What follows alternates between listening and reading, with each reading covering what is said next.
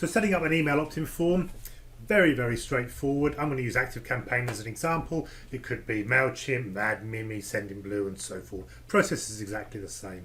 So I'll go ahead and add a blank page here so I can show you. Let's call it an email opt-in demo. Something like that, and we edit the page. I'm not going to go into designing the page, I'm just going to go straight into adding an email opt-in form. So click add the element and boom, there it is, centre of the screen. Okay, so having got that far, you click on the element and you've got two steps to do. The first step up here is link to your email service first. So this is where it could be MailChimp or ActiveCampaign or whatever it might be. Depending on what you choose, the fields, the information you need to enter will vary depending on the platform. So I'm going to use ActiveCampaign. All very normal, very similar. Normally it's an API key or a username and an API key, or in this case API URL and an API key. So I'm going to pop across to ActiveCampaign and get my API URL and my API key.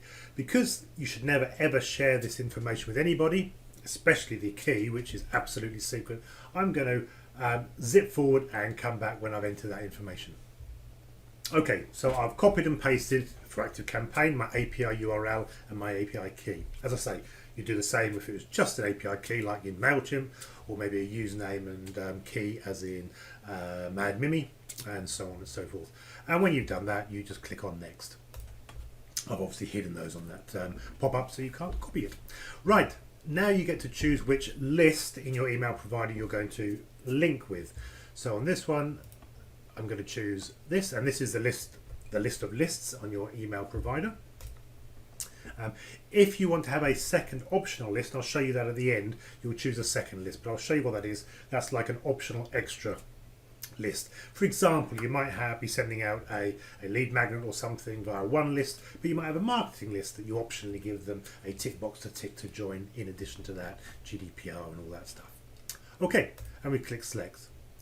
That's it. That now links this opt-in form with that list on your chosen email provider. Simple as that. Whenever anybody types in their details, clicks the button, they will be added to that list. But you want to do step 2 as well. What happens next?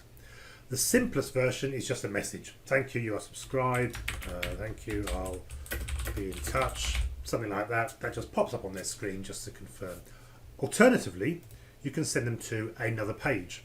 If you're doing this as part of a funnel, maybe you want to do a little upsell or one-time offer or a discount value or something, or whatever it might be on your next page, you could alternatively pick the next page.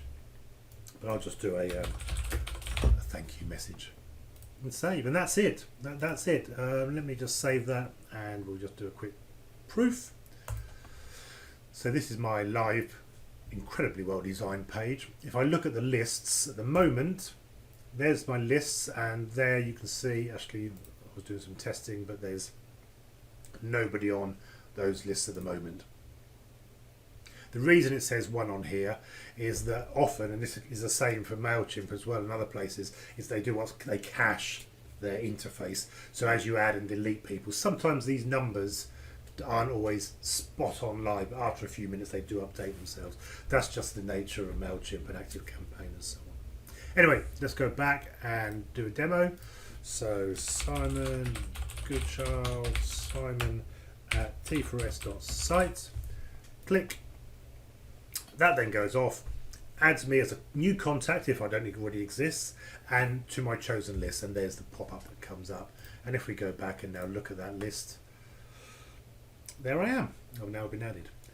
The other bit I wanted to show you just very quickly was the optional extra.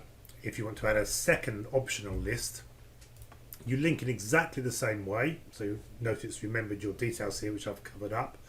Click on next, and instead of choosing one of your lists, you can choose a second list and select. Now what that does, if we now save that and refresh, is it pops in a tick box. Note in the editor you can click on here and say tick to join my marketing newsletter, or whatever it is you might want to say. Refresh. Okay, pop my details in again. It doesn't matter if they already exist as a contact or not. If they already exist, it will just update the list they are subscribed to. So at the moment I'm subscribed to the number 1 list. I'm now going to tick and optionally join the second one. Okay, and because we've linked them, that's now going to add me to both lists. And if I didn't exist as a contact on Active Campaign in this case, it would add me as a user, as a contact.